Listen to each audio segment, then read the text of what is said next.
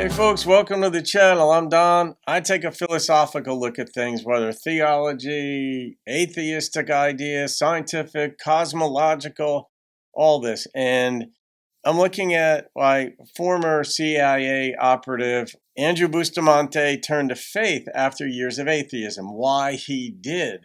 I've seen a number of his videos recently. Only in the past week have I been introduced to him. But once you watch something and give it a like, the algorithm, YouTube algorithm is like, oh, keep showing them this. And I keep watching them. So we're going to find out what this one is about. And this is fascinating. I mean, just anytime somebody's in the spy world, there's an intrigue that those of us who are not in the spy world have. And it's fascinating to hear the perspectives, but why somebody in that world would become, should I say, religious or spiritual, or we're going to find out how Andrew words it. But he's a very bright guy, and I've learned a lot just from a whole world that I've never been part of, but I considered being part of back in the day. My grandmother was one of the two women who raised me. My father was killed in a violent crime when I was still very young. And my grandmother and my mother raised me in a household together. And my grandmother, traditional, like strong Catholic Mexican woman. Okay. And my mother grew up under that strong Catholicism and just didn't like it. So when my mother had me, she raised me anti-religion. Religion is the opium for the masses. Religion is flawed. Religion is failed. Religion is man. You know, you don't need religion. So from my youngest years, You don't need opium all the way either. through till I went to the Air Force Academy at 18 years old, I was vehemently anti-religion, right? If you were Christian, if you were Catholic, if you were Mormon, if you were Jewish, I didn't care. You were clearly ignorant and you are clearly stupid because you believe that there's a God, because that's the world that I was raised in. Well, then I go to the Air Force Academy, and my neighbor, the other cadet who lives in the door next to me, is a guy named Meredith Jessup. Folks, if you're listening right now, if you find Meredith Jessup, Meredith with an E at the end of Meredith, he's in St. Louis right now. He was from Baltimore. Just send him a love. Send him a message. Tell him, thank God that he took the time to pour his blessings into me. Because I lived next to Meredith for a year, and I treated him like trash every day. And every day he woke up with a smile. Every day he showed a resiliency to put up with me and my negative attitude about the academy and my negative attitude about faith. And every day he just demonstrated to me what a faithful Christian kingdom builder looks like. And you cannot ignore it. You cannot ignore an example like that. And that's what really started me on my faith, because that's what made me question everything about my childhood.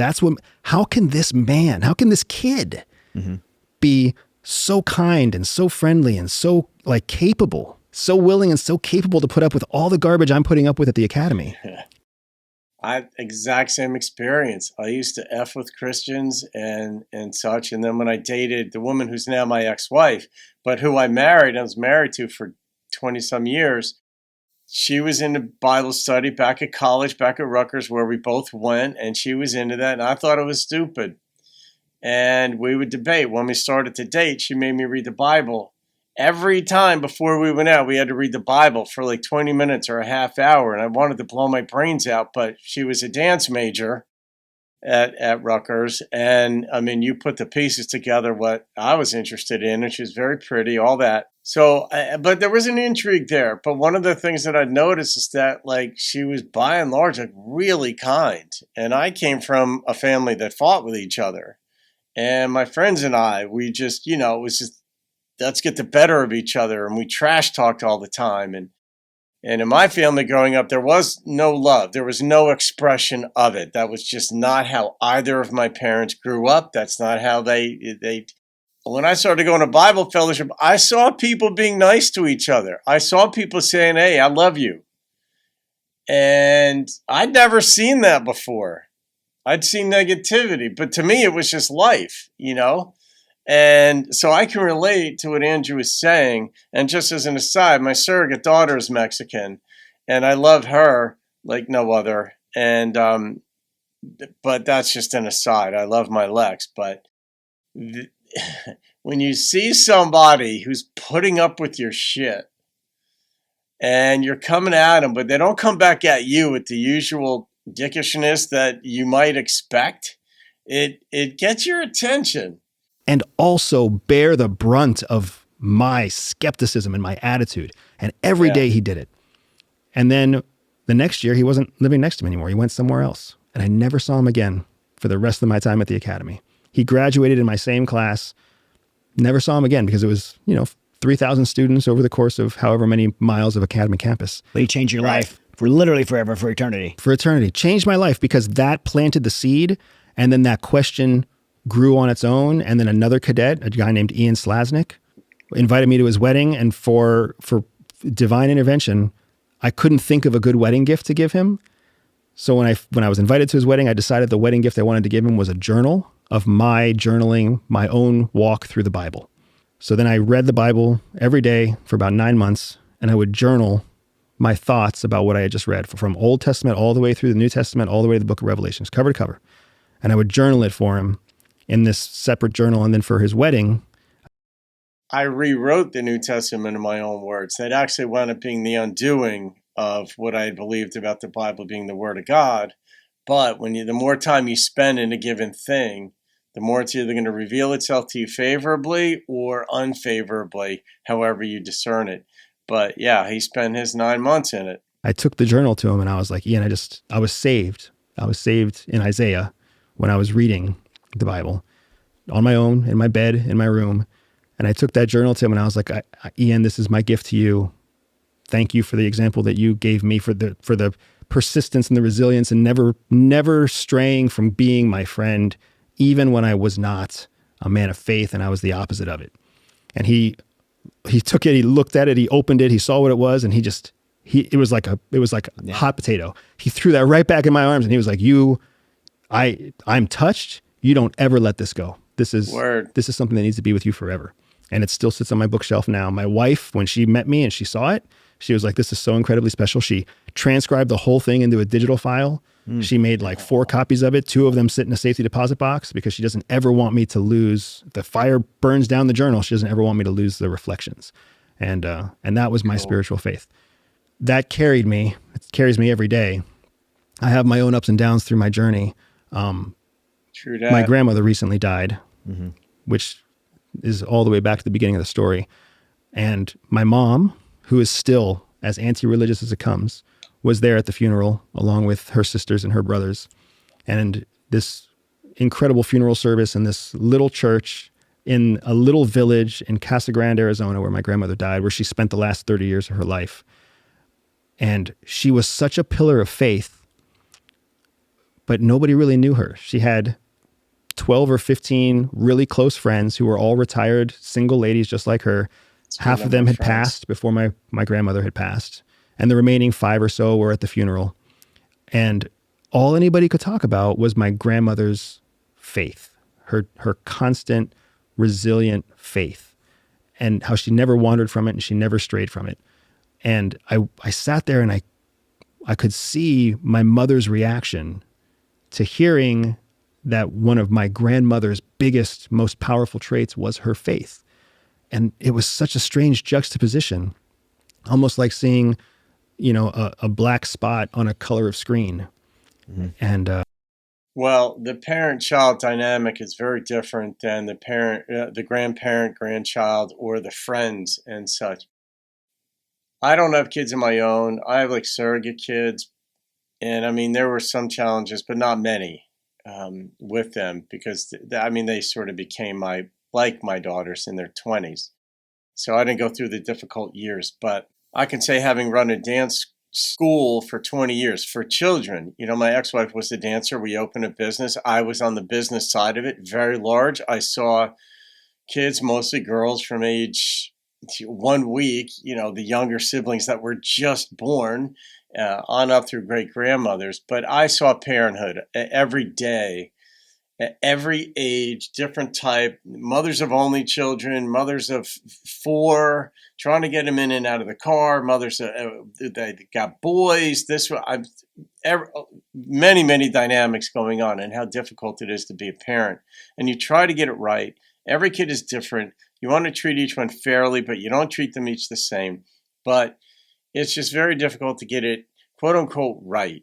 Sometimes the chemistry between child and parent isn't right. But if you're forcing something on a child, you want to lead a child in ways. You're just not going to let them figure everything out on their own. You want to give them some information so that they can become sort of responsible thinking adults.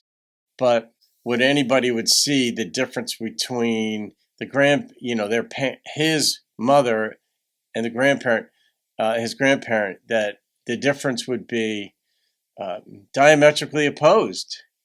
But we can be diametrically opposed and still get along because it's still about kindness. It isn't about what you believe. It's about how you stand in it. I know there's more of a backstory here. And I don't know how she must have felt being there, but for me, it was this incredible experience of recognizing the impact that my grandmother had through just one thing. Just one thing. Not her career, not her family, not opening a restaurant or running, just being a woman of such intense faith. Commitment. That people were attracted to her, people were bonded to her, and that's what people remember about her. And it struck me because I realized, like, I have a chance to do all the things I'm doing now and also be a pillar of faith. And I loved it when I saw the invitation to come speak here at Resilient with you. It was a no-brainer to me because I was like, this is an awesome opportunity to talk about something nobody ever asks me about. Yeah. What's that impact been like on your family? It's an incredible impact because I am not raising my children with any standard religion. I am encouraging them to explore. I'm encouraging them to ask questions. I'm encouraging them to make their own decision. Because in my journey through the Bible, it was so personal because it was my own decision.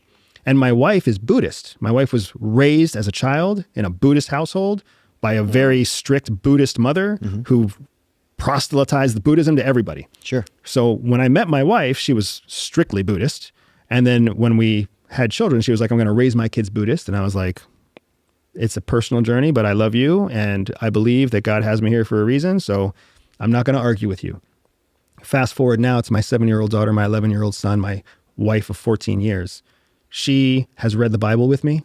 She asks incredibly intelligent, insightful questions about the faith and about Christianity, probably 2 times a week. She struggles to maintain her own Buddhist practice sometimes, but she never struggles to understand that God is forgiveness and that we live in a fallen world and that we have spiritual gifts and that we're ordained to something great. Like, she doesn't struggle with those because Buddhism is all about practice. Yes. Whereas Christianity is all. I like that he made that distinction right there. And I'm a yoga teacher, but I learned my teacher's from India, Ranjita, and she studied privately in India while growing up with Sri Patanjali Jois, who's one of the world-renowned yoga instructors and yogis. And during the teacher training, the 500-hour training, and she said, she asked us, we were all teachers at this point too. We'd all been practitioners. We were all teaching and teachers, some for 20 years, some like me for just like 2 at the time or 1, whatever it was. And she said, what is yoga? And I knew she wasn't looking for the textbook answer. It just wasn't her way. I mean, she just had so much depth. She's one of the most beautiful, non-judgmental people I have ever met in my life. And you're just comfortable and welcome in her presence.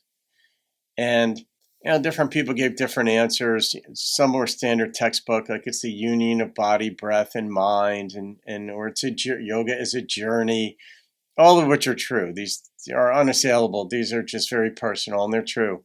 I knew she wasn't looking for that. I forget what I said, but when we had all given our answers, she just said, yoga is about forgiveness. And I was like, whoa, because I like the idea of forgiveness. Then she said, technically, it's about self-forgiveness, because when you can forgive yourself for things and let go, you can extend that forgiveness much more readily to others. And when you bring in the social component to something, it's not just a benefit to you, like, oh, it harms you when you hold on to negative stuff. But you say, well, it betters you to let go of it, and you can extend that to others. And that makes it more complete. And that's where I like what he said about the Buddhist part of it in practice and the asanas and why you go through your warrior series and your up dogs and down dogs and all the balancing poses and all this. You go through it to get rid of the residual energy in your body and the monkey mind that you have where you go limb to limb to limb to where you can focus on one thing. And that is what Shavasana is for, to focus on one thing. It's not just to rest and relax. So the whole idea of practice, not just what you believe, but living, being a living testament to what you believe, and that's discipline, the discipline of Buddhism or anything, and it not just being physical, but extending to your mind, your heart, your soul, however you want to word it. About faith. And then my children get to see both of us, and they get to see mom's questions to me about God, and they get to ask me questions about God. And they also get to see their mom chant Buddhist practice. And the kids, honestly, they engage in both on their own initiative. And to me, it's a beautiful thing because they're developing their own opinion, and God's ways are not our ways. Yeah. So I trust that he will do what God. Well, all right. Based on the premise in the Bible, and this isn't what I believe, it's not what I don't believe, but for consistency's sake, if God made man in his image, then presumably we would be similar to him in certain ways, certainly the way we think. There's a verse in the Hebrew Bible that says, "Come now, let us reason together." And so it is a thinking person's game. So when we say his ways aren't our ways, that has to be kept in context. All right. Now, if there is a God, a creator of the universe, clearly there's a differentiation between him, her, it, however you want to depict this being. And we tend to personalize it, anthropomorphize it, and say him or her.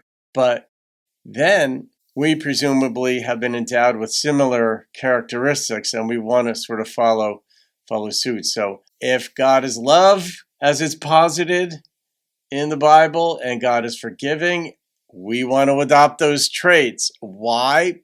Because if we were created in his image, then our ways ought to be those ways, his ways.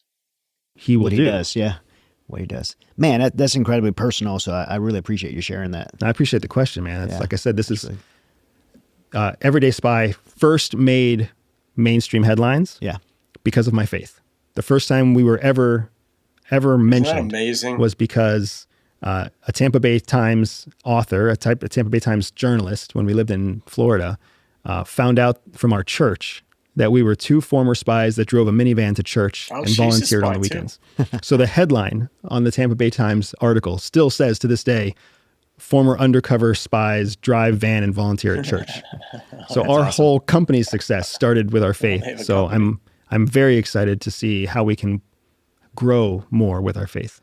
That's awesome. Well, to take it all full circle, I believe God created you, and he created you with some incredible gifts and talents that you clearly have. You're a brilliant communicator, by the way. Just not just being here today, just when I've seen you, a brilliant communicator, and you're embracing those gifts and talents for the cause of others and helping other people. And I think that's admirable, and it's an honor to get to know you and do the show with you. So man, I know we were talking kind of offline before, and about doing some stuff together to maybe help some military folks with Everyday Spy to get some, invest back in the communities that we came from. So I'm looking forward to doing some work with you. Thank you so much. Thank you for having me. And yes, thanks for an awesome conversation. Yeah. Cool.